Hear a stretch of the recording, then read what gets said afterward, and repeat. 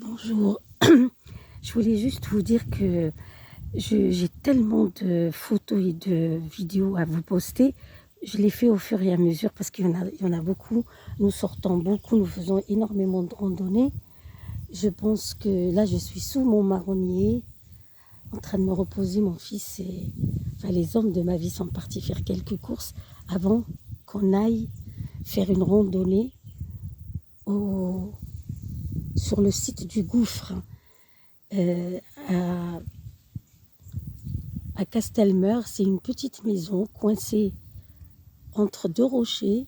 Elle est habitée, hein, c'est ça la particularité, c'est qu'elle est habitée et les gens la voient, c'est vraiment des particuliers. Je pense que quand ils l'ont construite, elle est de 1861.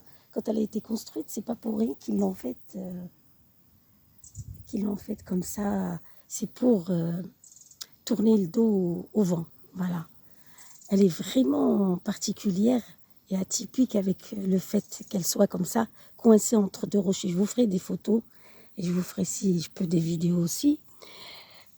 Donc hier, on avait fait, voilà, en revanche, pour le site du gouffre qu'on va faire aujourd'hui, on va pas faire tout le site, toute la randonnée, parce que l'itinéraire, il est très long, il est de 4 heures aller-retour.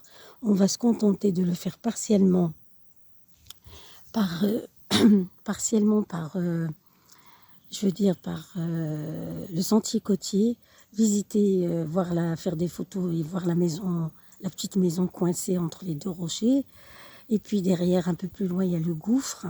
Le gouffre, d'où l'appellation du site, c'est une faille des rochers, entre deux rochers, et une faille incroyable où les vagues, de fortes vagues viennent se briser. Et donc hier, je vous ai posté des photos et des vidéos du sillon de Thalberg que nous avions fait. Il est très long, c'est une espèce d'itinéraire qui ressemble à la langue, une faille comme ça au milieu de la mer. Et quand la marée descend, il est formé de galets et de roches. Il est très long et puis on arrive, quand on fait la courbe du sillon, on arrive à un décor époustouflant, à couper le souffle. C'est un autre décor, c'est indescriptible, tellement c'est beau. Et quand la marée monte, parfois il y a les groupes de sécurité qui sont là pour veiller à rappeler les gens à l'ordre, parce qu'il y a toujours des risques quand la marée monte. Mais comme la deuxième vidéo que je vous ai postée hier, on voit quand la marée monte, comme c'est beau. Tiens, mon mari qui arrive.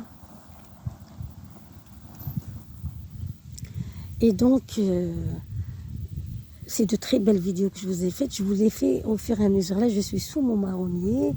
Je suis à l'air. Il fait très beau. Il est magnifique. Il est majestueux. Et bon, je vais aller aider mon mari à descendre les courses.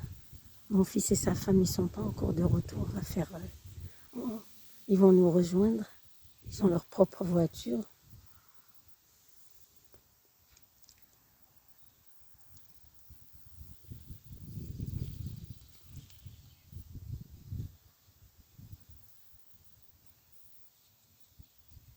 C'est magnifique.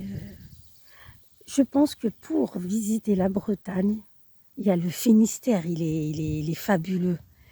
La particularité de la côte du granit rose, c'est à cause de ces roches qui sont façonnées par l'érosion, par la nature, par la mer, depuis des milliers d'années.